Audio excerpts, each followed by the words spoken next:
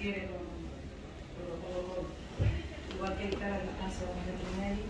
Sí les agradecía que a la salida salieran por orden, que no mantuvieran la distancia. Lo agradezco. Y ya les han tomado los datos abajo. De la misma manera, les insisto, bueno, soy correportante de conferenciantes, que me agradezco que aquí esta noche. Sin irnos al tiempo, con más razón si cabe, porque ya saben que hay que regresar a casa. Bueno, va a dar tiempo que pasen, y sin más. Le doy la bienvenida a la Casa Museo Pérez Galdós, al público asistente. Por fin podemos celebrar esta conferencia que estaba organizada para el año pasado, en el marco del centenario. Realmente seguimos en el centenario. A ver, el centenario ya pasó, no hubo una clausura por enero, pero se ha decidido mantener algunas actividades con la, vamos a decir, publicidad con la difusión propia del centenario. En el caso de la Casa Museo, pues la misión primordial del mismo, o sea que vamos a estar celebrando actividades y cualquier tipo de evento para difundir el patrimonio y el legado de Benito Pérez Galdós. De hecho, esto es de la gracia a Antonio José Quintana García, que llegó a mí de la mano de la presidenta de la Asociación Canaria de Amigos de Galdós, Elisa de Mendoza, que nos presentó hace ya 2 años, creo, como una persona. No me quedó claro si había unos vínculos familiares. Sí, con Elisa, sí, con Elisa de Mendoza, o sea que hay un vínculo con la familia, que lo Hurtado de Mendoza, y del señor que va a hablar, mi nieto, ¿no?, de Pérez Galdós. Bueno, pues él vino muy entusiasmado para hablarnos porque no solo ha venido aquí, sino fue también a la Casa Museo Tomás Morales, donde ella impartió una conferencia, y otra en el Museo Leoni Castillo, que pertenecen a la red de museos del Cabildo de Gran Canaria. Y bueno, pues él llegó muy entusiasmado, comunicando su afán por esta figura tan poco estudiada desde este lado de acá, pero que sí ha ahondado en esta persona que pertenece pues a la descendencia de Benito Pérez Galdós. Y bueno, y Hurtado de Mendoza, no hace falta que diga la familia Hurtado de Mendoza lo que significa no solo para el galdosismo, sino también para nuestra ciudad, ¿no? Callejero, igual que digo antiguo, que la memoria de la ciudad igual no se me recuerda cuando Hurtado de Mendoza fue alcalde. Bueno, que ha sido personalidades importantes, una familia importante, y que en los primeros años del siglo XX, como eran los propietarios de la Casa Museo, o por lo menos tenían la casa, fueron los que ocuparon la casa, porque finalmente se permutó para simplemente con estas notas lo que quiero subrayar es la importancia de los Hurtado de Mendoza en la ciudad de Las Palmas, y por supuesto en este museo. El museo estaba en manos del inmueble de la familia Hurtado de Mendoza, y el Cabildo pues, hizo una permuta para levantar el Museo Pérez Galdós, y ellos mantuvieron, la familia Hurtado de Mendoza, pues esos vínculos de la ciudad con Pérez Galdós. O sea, que hay toda una historia de acciones, también para detallar aquí, que mantuvieron viva siempre la presencia de Pérez Galdós, que combina con la Casa Museo. Bueno, pero ellos desconocíamos, o por lo menos yo, y desde aquí, bueno, también Elisa Hurtado, la trayectoria, ¿verdad?, de José Hurtado de Mendoza en Cuba. Y bueno, pues me parece que es importante que esto se exprese aquí, se comunique aquí ante este público, del mismo modo que también es importante que las publicaciones que estamos desarrollando nuestro invitado pues también vean la luz. Es una línea de trabajo muy interesante para la Casa Museo, para los amantes de Pérez Galdós, pero también para la historia de nuestra ciudad y los vínculos que tiene Cuba, tan importante en la biografía de la familia Pérez Galdós. Y bueno, simplemente presentarte. Muchas gracias por estar aquí. Él es periodista, historiador, escritor, y bueno, básicamente tienes una actividad cultural, primero como investigador, como editor de distintas publicaciones, que ha escrito inseguidos y autor de otros tiempos en distintos países americanos, también en Irlanda, y en americanos del sur y del norte, también en Estados Unidos. Bueno, tiene una trayectoria dilatada de periodista cultural y de investigador. Y y escritor, ya docente, no sé si quieres hablar como docente. Y bueno, y me lleva un par de años, ¿sí?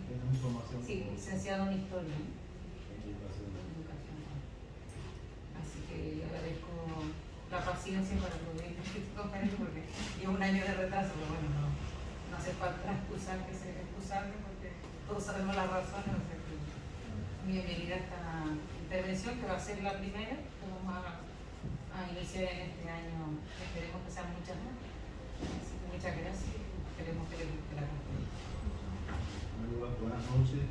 Agradecer a la directora de la institución, a Victoria Gambán, por la invitación para poder participar en esta actividad, la presencia de Mercedes Deseana, cónsul de Cuba, de la República de Cuba en Canarias, y un grupo también de amigos que nos acompañan. Está Elisa Hurtado de Mendoza, sobrina de quien vamos a hablar, y bueno, otros compañeros que no conozco, que después entonces vamos a hablar al final un pequeño diálogo, ¿no? Por el tiempo sí va a haber un espacio para poder intercambiar. ¿Por qué? Bueno, la idea de divulgar la vida y la obra de José Hurtado de Mendoza. Primeramente voy a hacer un breve bosquejo para ubicar a quienes no conocen de su etapa canaria, y ya después vamos a entrar entonces en el tema que nos ocupa hoy, su presencia en Cuba. José Hurtado de Mendoza nació en Madrid el 26 de marzo de 1885, hijo de José Hermenegildo Hurtado de Mendoza y de Elisa Sáenz, y se trasladó muy joven para acá en la década de 1910. Cuando él llega aquí a Las Palmas de Gran Canaria ya tenía una formación académica, había estudiado el bachillerato, había estudiado en una escuela de dibujo elemental, había estudiado también con el maestro Daniel Zuluaga, con otro maestro de la cerámica, Francisco Alcántara, en la Academia de Masas. Es decir, tenía ya una formación que le permitió, cuando llegó a Las Palmas de Gran Canaria, insertarse en el mundo intelectual rápidamente. ¿Por qué él viene para acá? Porque su padre había sido nombrado administrador general, administrador de la hacienda que tenía la familia Pérez Galdós en la aldea de San Nicolás. Y entonces la familia se traslada toda posteriormente. Primero vienen los hermanos mayores del padre de Elisa, de Andrés Hurtado de Mendoza, y con el padre, con Hermenegildo y José Hermenegildo. Y entonces después se incorpora el resto de la familia. Yo les decía que él enseguida aquí se vincula con los intelectuales, con los artistas, por ejemplo con Tomás Morales, el poeta modernista, que es uno de los que trabaja junto con el pintor Néstor en el diseño, en la ilustración de su famoso libro La Rosa de Hércules. También se vincula con los hermanos Millares, participan en las tertulias esas famosas en Las Palmas. Se relaciona con Néstor, Néstor le hace un retrato, el famoso Joselino, es un retrato que le hace a José Hurtado de Mendoza. Y con otros intelectuales, Domingo Loreste y Alfonso Quesada, Saulo Torón, es decir, con un grupo de personas que era lo que más brillaba en Las Palmas. Además, es profesor de la escuela Luján Pérez, la famosa escuela de acá de Las Palmas, y trabaja hasta el año 1921 en esta escuela. Participa en algunas exposiciones colectivas, en algunas actividades culturales. A partir de entonces es que se pierde un poco de Canarias, ¿no? Y por eso es el desconocimiento de su obra. En el mes de abril de 1921 se había anunciado en la prensa la intención de José Hurtado de Mendoza de viajar a Cuba para exponer una muestra de sus caricaturas. Y efectivamente, en el mes de agosto llega a La Habana y enseguida se va a insertar en el mundo cultural habanero. Va a la revista social, una revista muy importante, vanguardista, que era en ese momento se le reconocía como la revista más avanzada en cuanto a diseño, a su estética, a la calidad de los ilustradores que trabajaban en ella, que colaboraban, a los caricaturistas, también a los periodistas que eran de primera línea, todos, ¿no? Muy importante. Y entonces él con su director, Conrado Mazaguer, un genial caricaturista, una de las figuras más importantes en su ámbito en América Latina y en el mundo reconocido. Era el director propietario, lo inserta en la revista, es decir, le da un espacio ahí como colaborador, incluso le escribe una nota presentando a los lectores cubanos, y que yo lo digamos así en el libro, ¿no? Como que entra por la puerta ancha en Cuba. Y lo invita a participar en la primera exposición nacional de humorismo gráfico, que se va a desarrollar en ese año de 1921, inaugurada por el presidente de la República, Alfredo Sánchez. Ya esto es un hecho importante en Hurtado. Él lo presenta como alguien que había sido marino, que había sido aviador, trovero y sobre todo un gran dibujante, y al final dice medio canario, medio cubano. Y bueno, otro hecho importante para que se conozca su obra en Cuba, en La Habana, es su incorporación a la revista El Fígaro.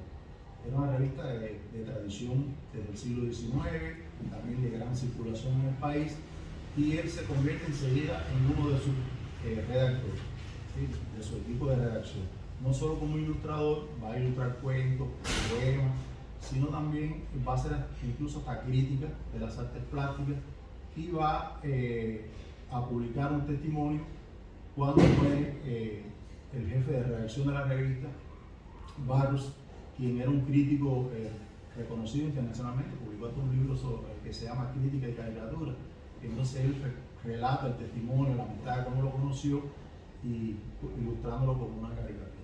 Esto es un hecho importante, conocer estas dos revistas que le abren un espacio en La Habana, junto con, como yo decía, los salones nacionales del humor, del humorista gráfico. Él va a participar a partir de 1921 todos los años, hasta que finalice esa década de 1920, y en los primeros años de la década de 30 en algunos de estos salones, y va a obtener varios premios. Es uno de los que más trabajo presenta, era muy laborioso. Otro hecho importante en esa etapa va a ser su incorporación al grupo minorista. El grupo minorista, creado a fines de 1922, reunía a la vanguardia de la intelectualidad cubana. Por ejemplo, a Carpentier, a Jorge Mañá, es decir, a periodistas, a escritores, a pintores, al propio Conrado Mazagué, a ingenieros, a abogados, como Emilito Roy, que fue el historiador de La Habana, de un pensamiento progresista, avanzado, integralista, bueno, que era el jefe de redacción de Social. Y él se va a unir a este grupo que se llama Minorista, que va a promover una renovación tanto en lo social, en lo político, como en las artes y en la cultura en general. Es decir, quería la independencia económica del país, quería una reforma agraria, quería un mejoramiento de la educación, de la salud, es decir, de la situación social de Cuba, pero también luchaba contra la corrupción político-administrativa que imperaba en ese momento bajo el gobierno de Alfredo Sánchez. Él se va a incorporar a ese grupo, el grupo minorista, y este grupo va a trabajar también en la esfera internacional, es decir, se va a oponer, por ejemplo, a la invasión de los norteamericanos en Nicaragua, se va a oponer y va a criticar a través de manifiestos, todos están firmados por Gustavo Mendoza, a el gobierno dictatorial de Juan Vicente Gómez en Venezuela, y va a oponerse también a la idea de construirle un monumento a Gerardo Machado, el dictador cubano, en Madrid. Van a escribir una carta pública, van a hacer presión diplomática para que eso no ocurriera, y así sucedió, gracias a este esfuerzo de él. En todo está, como decía, implicado Gustavo de Mendoza. En el ámbito de la cultura, podemos decir que ellos fundan la revista Avance, que es un ejemplo clásico en la historia de la literatura universal, como una revista vanguardista. Y él es uno de los colaboradores, publica en ella algunos de sus trabajos. Y también la primera novela policíaca que se publica en Cuba, Fantoche, en 1926, es una novela colectiva que casi todos eran miembros del grupo minorista. Cada uno va a escribir un capítulo, se va a publicar en la revista Social, que después se va a armar, se va a compilar en un libro, y cada capítulo va a ser ilustrado por un artista de la plástica. Hurtado entonces es seleccionado para ilustrar el capítulo que escribió el periodista Alberto Lamar. También un aporte de él a la cultura en esa década de 1920. Hay que destacar que él se vincula además a un periódico muy relevante que se llamó La Semana, fundado por Sergio Carbone en 1925, y es un periódico satírico, humorístico, que se va a oponer, se va a enfrentar radicalmente al gobierno de Gerardo Machado, al dictador. Y allí va a ser Hurtado Mendoza su mayor aporte a la cultura cubana como dibujante gráfico, como humorista gráfico. Va a crear la serie Cuentos Siboneyes. Yo al final voy a poner algunas imágenes para ahorrar el tiempo, ¿no? Y vamos a ver algunas de estas viñetas. Cuentos Siboneyes. Bueno, Siboney es el aborigen cubano, como el guanchacá, era fue un recurso que él utilizó, traer ese personaje que él había estudiado de la cultura indo-cubana, traerlo a sus caricaturas y con ello denunciar los males sociales. Es decir, a través de personajes, y ese personaje lo vinculaba con el colonialista español. El colonialista español entonces representaba al dictador o a los funcionarios del gobierno, y el indio representaba al pueblo, siempre acompañado de un perro muy grande, cosa que ha Hurtado en su vida también personal, siempre andaba con un perro. Vamos a ver algunas imágenes. Y se opuso así a los males sociales como la corrupción político-administrativa, los fraudes electorales, la burocracia, la penetración del capital norteamericano, la violencia, los crímenes políticos, entre otros. Va a ser, como yo le decía, algo muy novedoso que lo va a convertir, junto con el Bobo de otro caricaturista de Abela, en dos clásicos de la caricatura cubana anterior a 1959. Va a seguirlo publicando hasta que Machado cierra el periódico y tampoco tiene que ir a los Estados Unidos. Bueno, hasta llegó la historia de La Semana. Además publicó otras 5 series de caricaturas que son menos conocidas. Nosotros pudimos precisarlas e investigarlas porque es difícil. Él filmaba a veces con la H nada más, a veces ponía Hurtado de Mendoza, otras veces filmaba como el Gran Guasón, o el Gran Guasón quería decir, y así es un poco difícil identificar, ¿no?, toda su colaboración.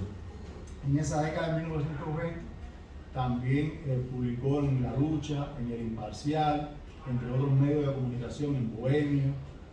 Es decir, lo ven bastante activo. Y participa en la primera muestra de pintura vanguardista de Cuba, que ocurrió en mayo de 1927, promovida por la revista Avance. Allí está la vanguardia que va a cambiar a partir de ese momento lo que era la pintura en Cuba. Los códigos antiguos van a ir quedando en un segundo plano y se van a apropiar de una nueva manera de ver, de hacer, ¿no?, la pintura, el dibujo, y en esa vanguardia está Hurtado de Mendoza. Otro hecho importante de la década de 1920 es que él es seleccionado para ir a la gran exposición internacional de Sevilla, y va al frente, vamos a llamarle, de la parte artística del stand cubano, que tiene que ver con la decoración, con el diseño. Pero ocurre algo curioso. Aquí en Canarias lo eligen también para que él sea quien represente y haga ese trabajo de la exposición de Canarias. Por esa labor obtuvo medalla de oro y premio. Nosotros tenemos ahí el diploma, ¿no?, que lo acreditó con esta distinción. Es decir, fue un gran aporte que le hizo tanto a Cuba como a Canarias en esa exposición internacional que reunió a todos los países en el año, repito, 1929. De esa década podemos pasar ya a lo que ocurrió después de la caída del dictador Gerardo Machado. Gerardo Machado, en el año 1932, el 12 de agosto, por una huelga general, es derrocado por una fuerte presión política de los obreros, y entonces llama la atención, que yo se lo voy a mostrar al final, que la primera plana, así la portada de la revista más importante de Cuba en ese momento, de Bohemio, va a llevar una ilustración de Hurtado de Mendoza,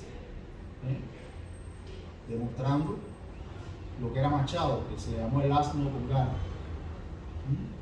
Y él va jugando con eso, va a hacer una ilustración que es bastante famosa en la historia de Cuba. Es un número especial que denuncia los crímenes del Machadato, no solo en la portada, sino en el interior hay varios trabajos de Hurtado. Es decir, es seleccionado tanto por su calidad como artista, como por su compromiso político con esta revista, para hacer esta revista especial, con un número de páginas mayor, con una tirada mayor, que llegó a todo el país más allá de la frontera.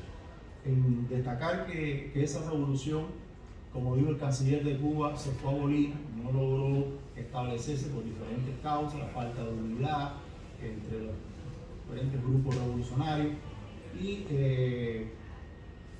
se fundan otros periódicos para luchar con los nuevos gobiernos que no eran progresistas, es decir, que eran mediadores, pero que lo que hicieron fue frustrar la revolución.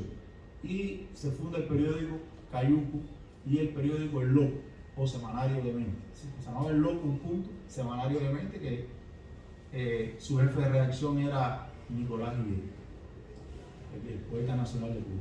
Pues Hurtado de Mendoza es uno de los fundadores de esos periódicos, es de los más activos con sus caricaturas de denuncia a la nueva situación del país, al nuevo hombre que se iba labrando un camino tenebroso, Fulgencio Batista, que iba a llegar de sargento a general, y él lo denuncia en una de sus caricaturas muy geniales, que dice, no, el problema por ahora no es general, dice, no, es coronel todavía, y lo denuncia así directamente. Y entonces sigue vinculado a los sectores progresistas. Hay que resaltar que se funda una revista que se llama Vida Infantil, dirigida a los hijos de los obreros, de los campesinos, también para crear un poco de conciencia política y denunciar, ¿no?, la situación que había en el país. Y Hurtado es seleccionado para ser ilustrador de esta revista, que la directora era Josefa Vidaurreta, una educadora, era la directora de la Escuela de Educación en Cuba, la Escuela Pedagógica, y era la esposa de Juan Marinel, un abogado comunista, muy amigo de Hurtado, va a ser su abogado defensor en algunas ocasiones. Fue el hombre que quizás en Cuba que escribió más sobre Hurtado en esa época, su compañero de lucha, y esa revista es censurada, es secuestrada por el gobierno, y Hurtado es llevado a un juicio junto con el equipo de dirección, y va al Castillo del Príncipe, muy famoso, muy tenebroso, de esa fortaleza militar de la época colonial, y se cometió un presidio político ahí, y él está desde el mes de febrero del año 35 hasta marzo, que le hacen un juicio, y yo les voy a mostrar la foto, y es condenado ahí por unos meses a esa cárcel.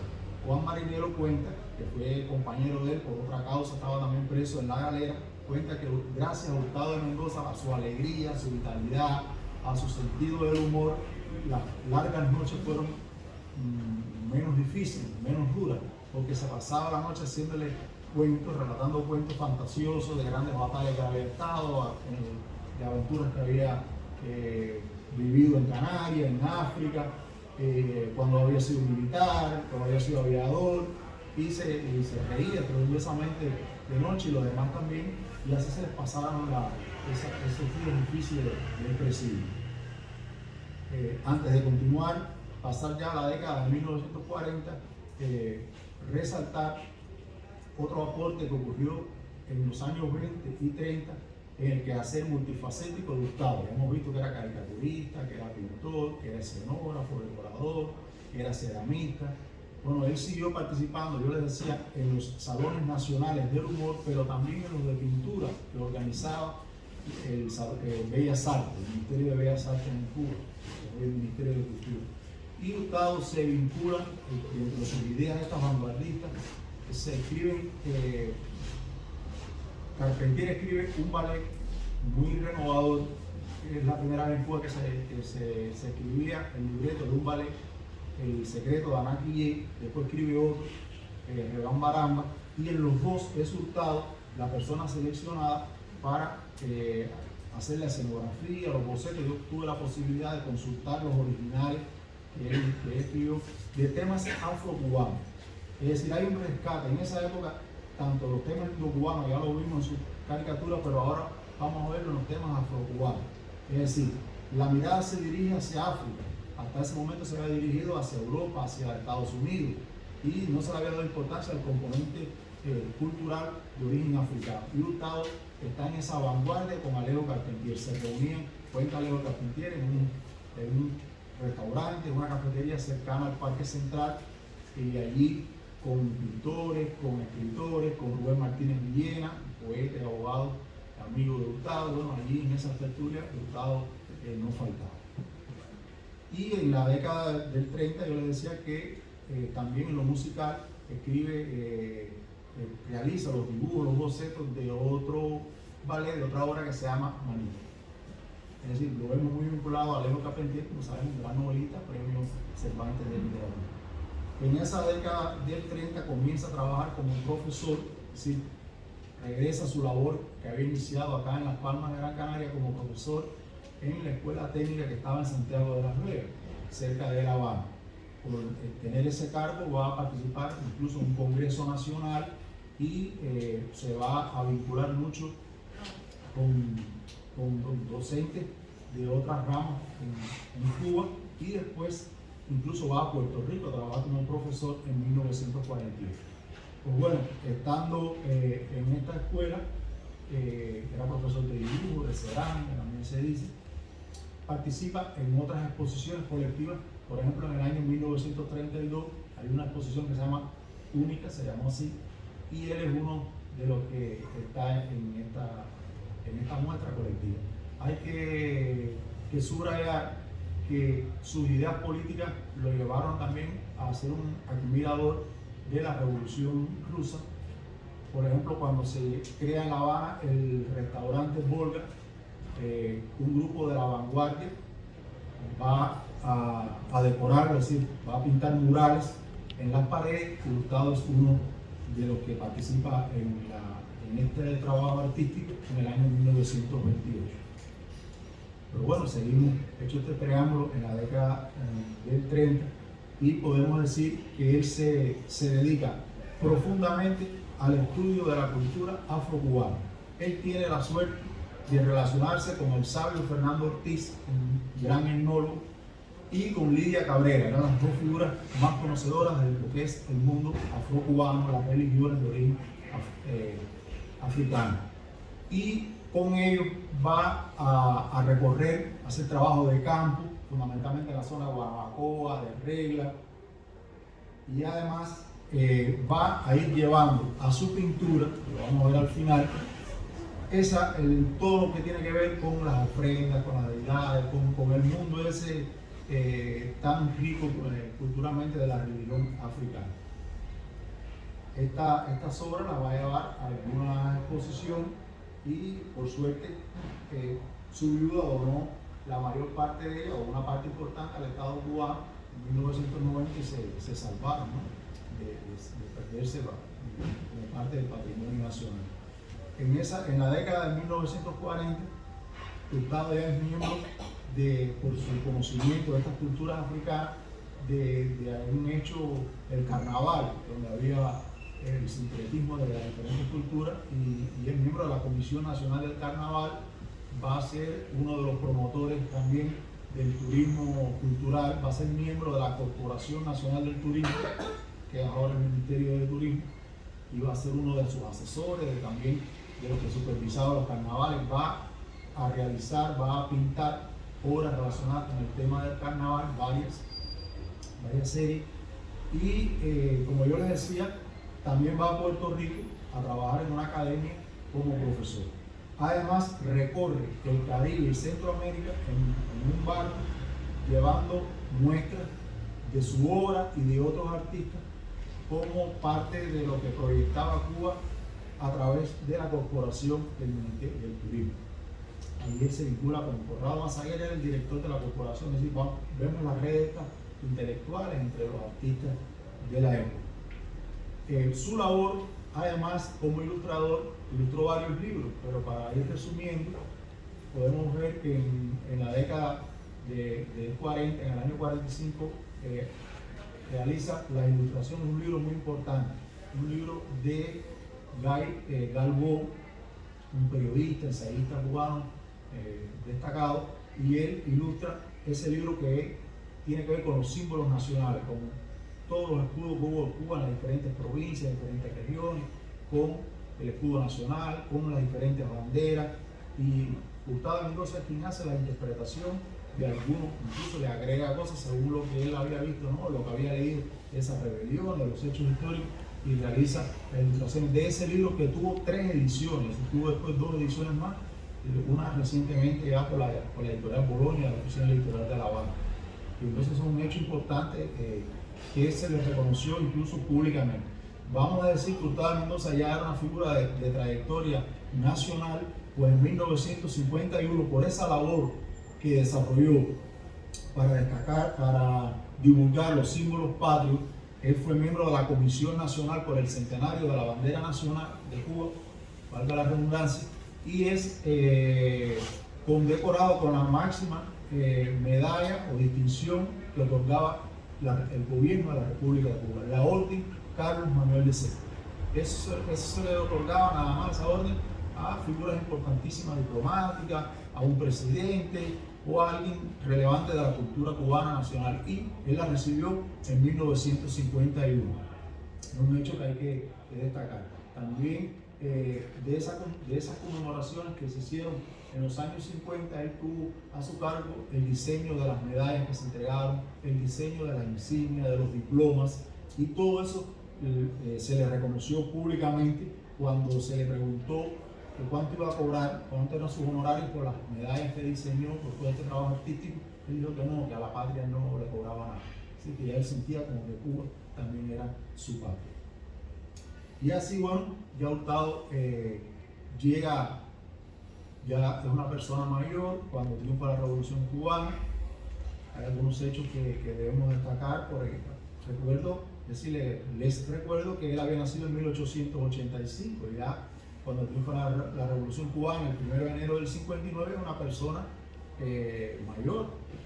Sin embargo, él se incorpora con mucho entusiasmo juvenil a los cambios sociales que ocurrieron en esa primera etapa en Cuba.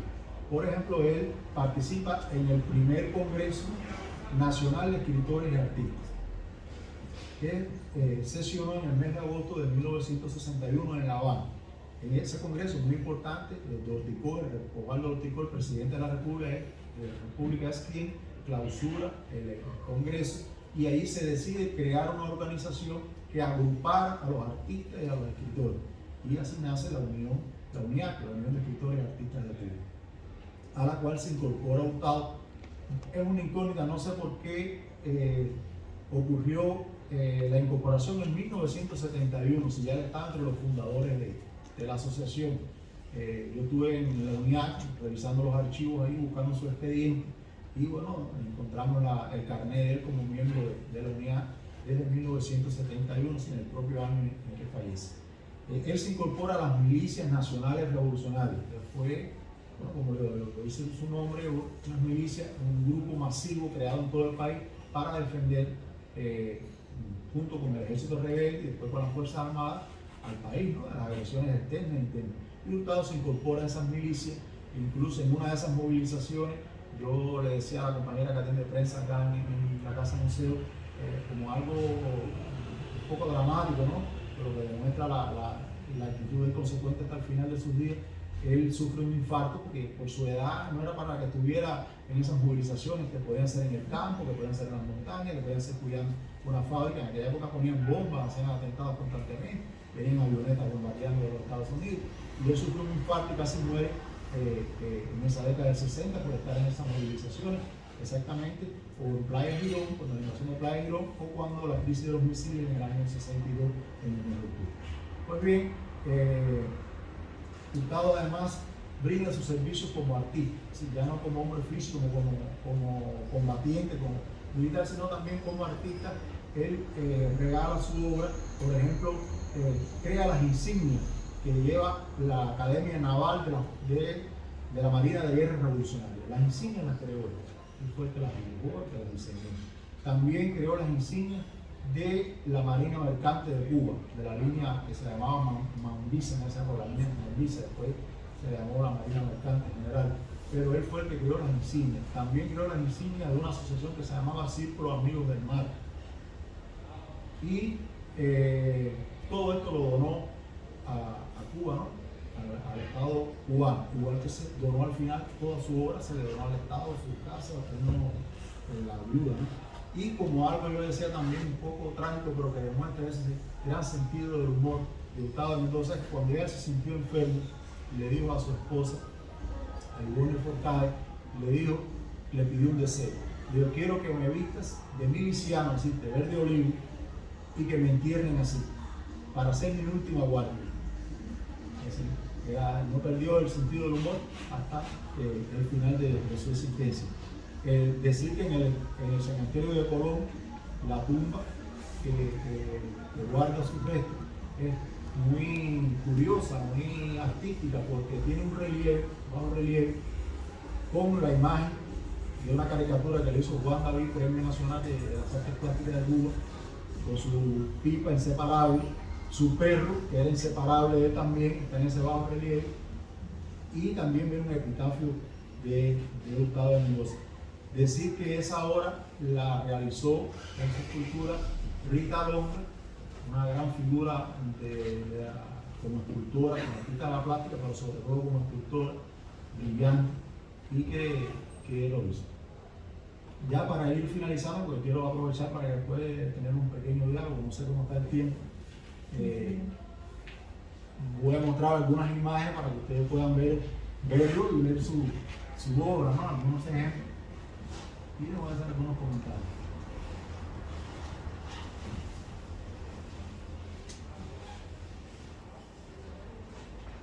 Lo vemos con su inseparable pipa, un poco más joven, cuando era joven. Así debe ser cuando, más o menos estaría así cuando llegó a Cuba.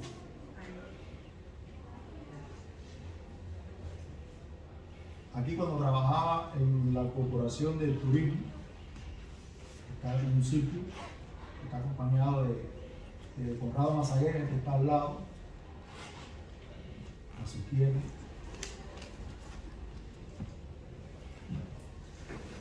Acá. Eso lo hizo él cuando él llegó a Cuba, así se vio él.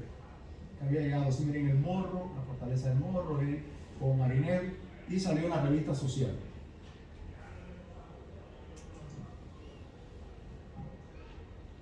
Este es el primer salón de humoristas que yo les mencionaba, en el que él participó y tuvo varios premios. En este salón, solo dos artistas vendieron su obra, y él fue uno de ellos, vendió 2 cuadros, 2 obras. No sé cómo se ve esta obra, esta se llama Eva Pasá,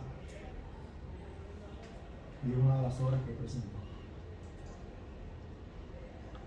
Esta es sobre la Sinfónica de Manzanillo, un poco mal porque es una fotocopia de la revista.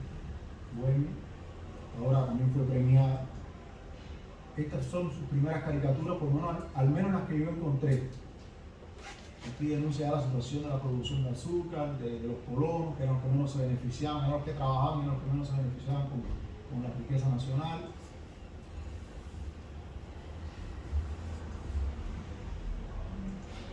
Aquí vemos ya los tipos populares, el negociador, el negro negociador cubano. Ya este lo firmó como Gustavo de Mendoza, el otro lo firmó como Guanche.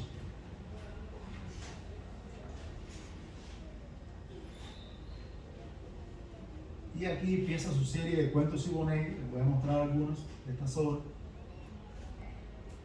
Aquí está burlándose de Guataca, en Cuba se le dice la Dulón, y aquí el indio se está burlando, ¿no? Porque al presidente de Cuba, Machado, había muchos guatacones, incluso decían que en un momento dijo, ¿qué hora es? A un funcionario le dijo, la hora que usted diga.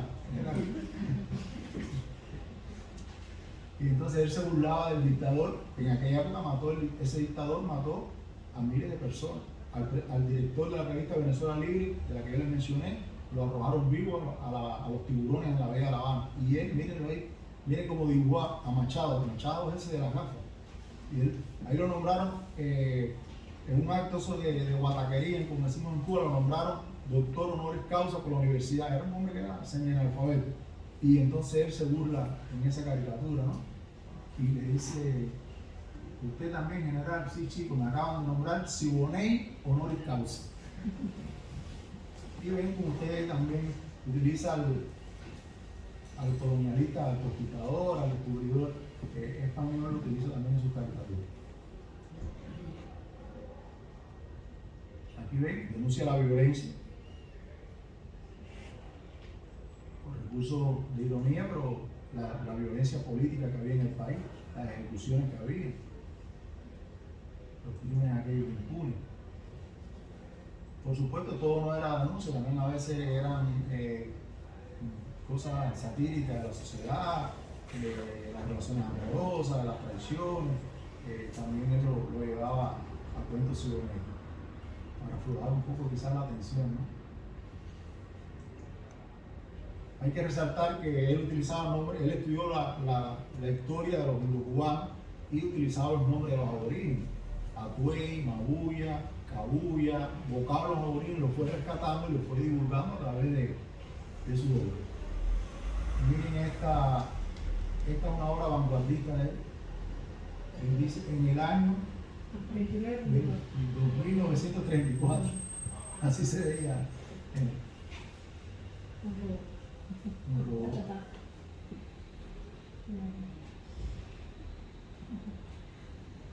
No, muy bien,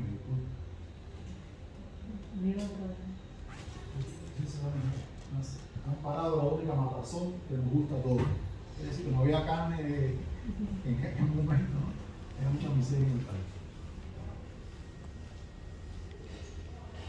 Aquí está el juicio que se le hizo en el año 35, en febrero, en la extrema izquierda, en el Tribunal de Urgencia. Ahora les voy a mostrar la foto que les dije de la portada. Ese es Machado, el alma con garra, lo que había significado para él le puso un monumento póstumo, ¿no? El Machadato, lo que había significado para el pueblo de Cuba, los crímenes. Y estas obras son, como yo les decía, por ejemplo, aquí Cuba representa a la mujer a Cuba desnuda. Entonces dice que no le conviene ningún traje, ninguna ropa de lo que está viendo en la revista. En la revista las caras que está viendo es de políticos corruptos, de golpistas, que ninguno le conviene, ¿no? De las propuestas. Estas que les estoy mostrando fueron obras publicadas en Cayuco y en el Loco de Enero. Estas en Cayuco. Aquí un prisionero que va a ser liberado. Dice, sí, pero este va a ser machadista, porque ¿qué pasa? Que los asesinos de Machado después le dieron la libertad a algunos o a muchos y se iban como ese, con la maleta llena de dinero. Sin embargo, los obreros continuaron condenándonos a la prisión, a maltrato. Y ahora les voy a mostrar cómo hubieron adoptado, ¿no? los contemporáneos. Esta es una caricatura que le hizo Eduardo Abela, su gran amigo, uno de los pintores más importantes de Cuba. Y le hizo esa caricatura que fue publicada. Y además le hizo un retrato también al hombre. Y también fue publicada y fue puesta en los salones, en uno de esos salones.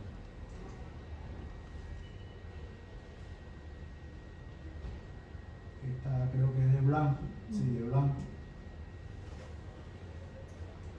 La que les voy a mostrar ahora es la que está en su tumba, que le hizo David, Juan David, que es muy conocido. Pero Hurtado era tan irreverente que él también se retrataba, ¿no? O sea, ya lo vimos ahí en el barco, el autorretrato de él, mírenlo aquí, como él se convirtió en un personaje en sus propios cuentos cibernéticos. Así se veía él, siempre acompañado de su perro.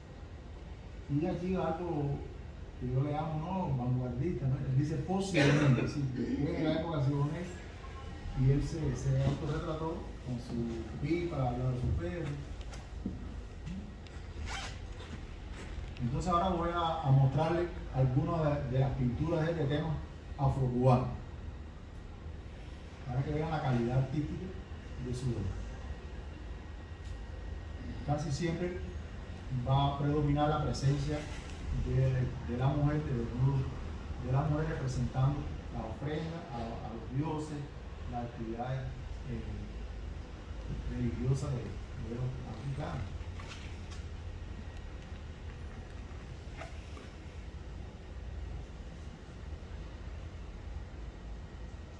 especialista de artes plásticas, era un hombre, un conocedor profundo de este tema.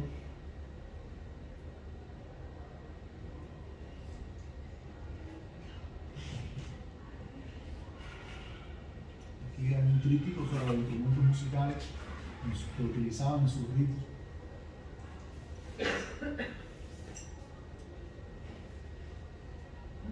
Miren qué calidad.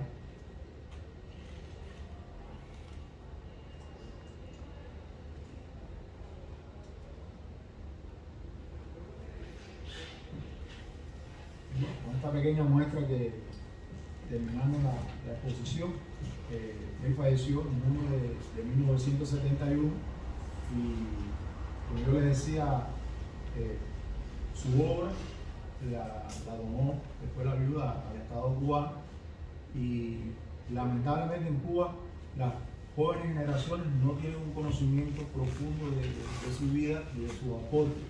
Uno lee los libros de la historia de Cuba, de la historia de las artes plásticas, y todavía el internet lo busca y se da como que nació en Trinidad. Hay muchos errores sobre su vida. Parece que también él se insertó tanto con sus amigos, parece un cubano más, porque incluso los propios contemporáneos creían que él, algunos dieron ese testimonio de que él que había nacido en Cuba, que había venido para Canarias ya jovencito. Entonces, con esta investigación, como decía Victoria al inicio, lo que queremos es recuperar para la memoria histórica tanto de Canarias como de Cuba y en general internacional, este hombre olvidado que tanto hizo, como hemos visto, aunque hemos hecho un resumen, que es difícil hablar de toda su labor como escenógrafo, como pintor, como caricaturista y las demás facetas que desarrolló en 45 minutos. Y entonces esa es la intención de la investigación, y ojalá, como decía Victoria también, que podamos publicarla para que llegue a más personas y hacerle ese homenaje, lo que él se merece. Aquí en el Museo de Moya hay una sala, hay que destacar los primeros que comenzaron el programa, donde yo conozco, ¿no? los pioneros en esto de manera institucional en promover el estudio de su vida y obra, han sido los compañeros del Museo de Moya, el Museo Tomás Morales, que es una sala que ha podido recuperar parte de la obra que él hizo en Canarias, ¿sí? Antes de emigrar. Y gracias a ello se ha salvado, ¿no?, de los libros que se pierden. Hay colecciones privadas que también tienen obras de Hurtado, ¿no?, y otras instituciones públicas. Entonces, bueno, muchas gracias, y si quieren hacer alguna pregunta podemos intercambiar, estoy a disposición de ustedes.